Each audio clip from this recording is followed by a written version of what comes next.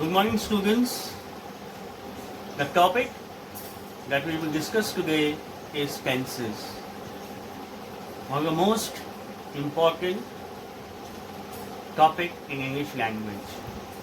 When we talk about grammar, tenses, you can call them the pillars. So, like in a building, the pillars are not strong, the building doesn't last long. Similarly, if you don't have knowledge of tenses, I mean proper knowledge, then whatever you will do, that will be remain incomplete. You have seen that you write beautiful essays, letters,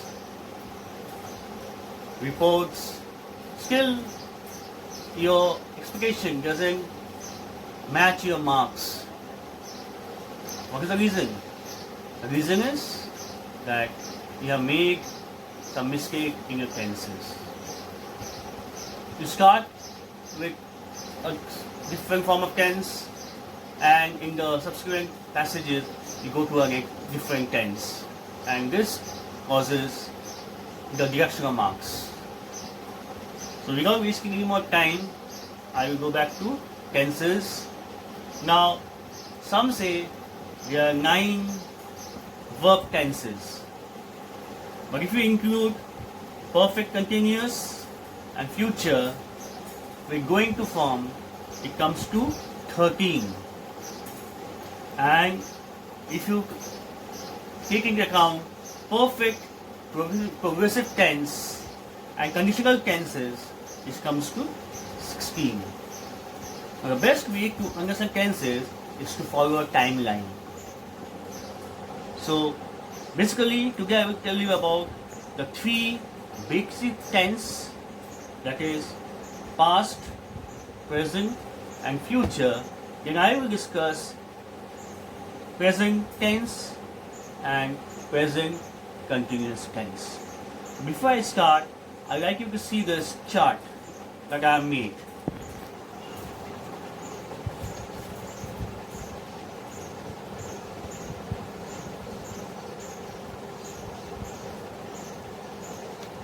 So, if you see that the first column consists past and next column is present, third is future, and if we see this side, the left hand side, I have written simple, continuous, perfect. Okay, so in past tense I've written I worked. In present, it should be I work.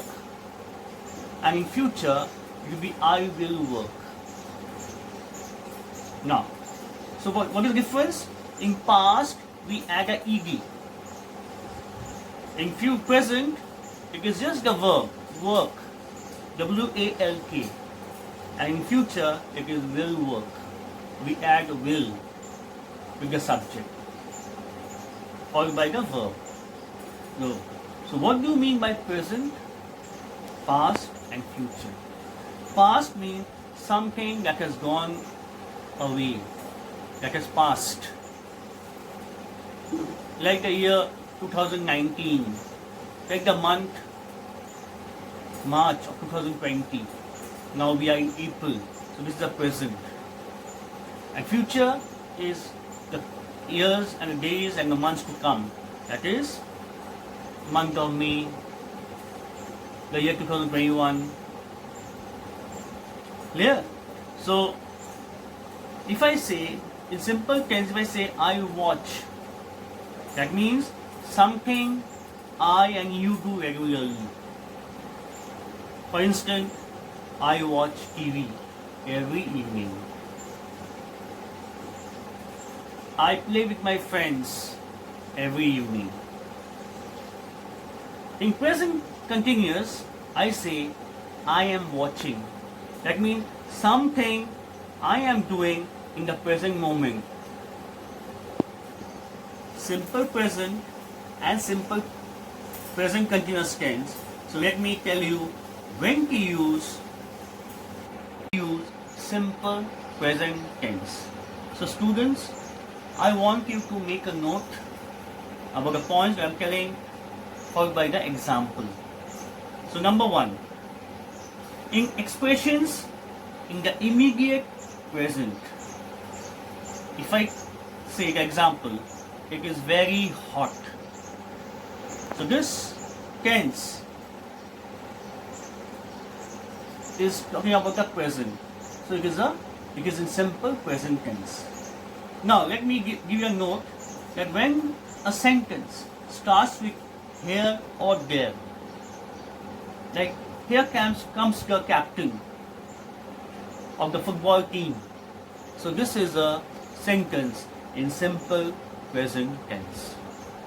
Number two, to indicate the present period, means an event or an action which is true at time of speaking is always written in simple present tense. Like, my father works in an office. Number two, third one, to express a situation that is permanent. This train runs from Delhi to Mumbai. Number four, to express general truths. There are many things that they don't change at all. Like, the soul is immortal. The soul is immortal. It means when people are born, they are destined to die. Number four, to express regular or habitual actions. Like, I get up early and eat my breakfast. So these sentences were all in the simple present tense. So whenever we come across sentences like this, or when we write sentences like this, we should always use the simple present tense. Now, if you have grammar books in the house, please go through them. There are ample examples there. Please go through them so it will make your knowledge much more clearer. There are a few more things. Writing reports. When you write reports, okay, so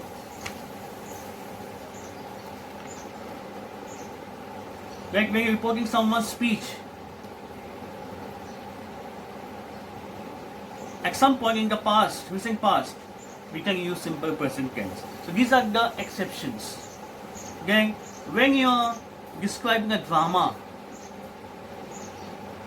or when you're describing a play or a game, when you're giving live commentary of a game, you can always use simple present tense.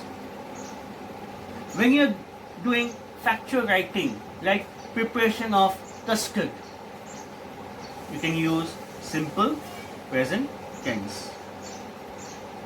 Clear?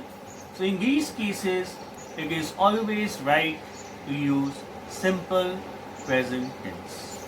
Now, let me go to the next one that I said, present continuous. Now, there's a little difference between simple present and simple present continuous. It means we use this for something happening at a time of speaking. For example, we are having a meeting. Come and join in.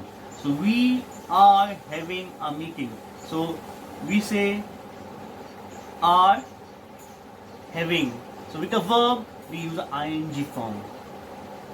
So verb plus ing. Okay?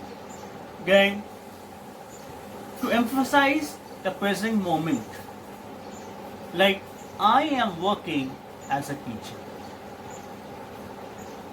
So these sentences, like third, planned future action.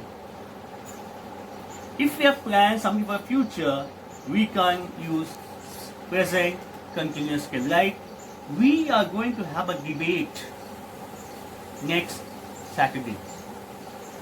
So in these kind of cases, we can use present continuous tense. So I like to give you an exercise, a fill in the blanks, where there's sentences are given with the verb in bracket. You have to choose from that bracket and you have to write what to use, where you should use simple present tense or the present continuous tense. So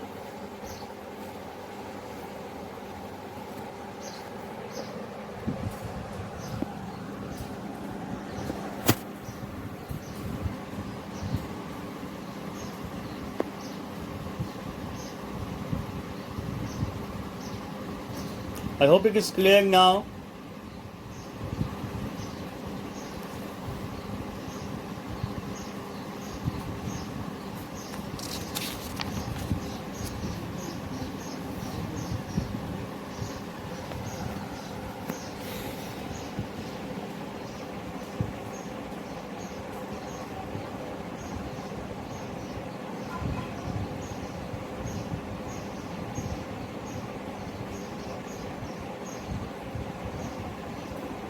So thank you, students.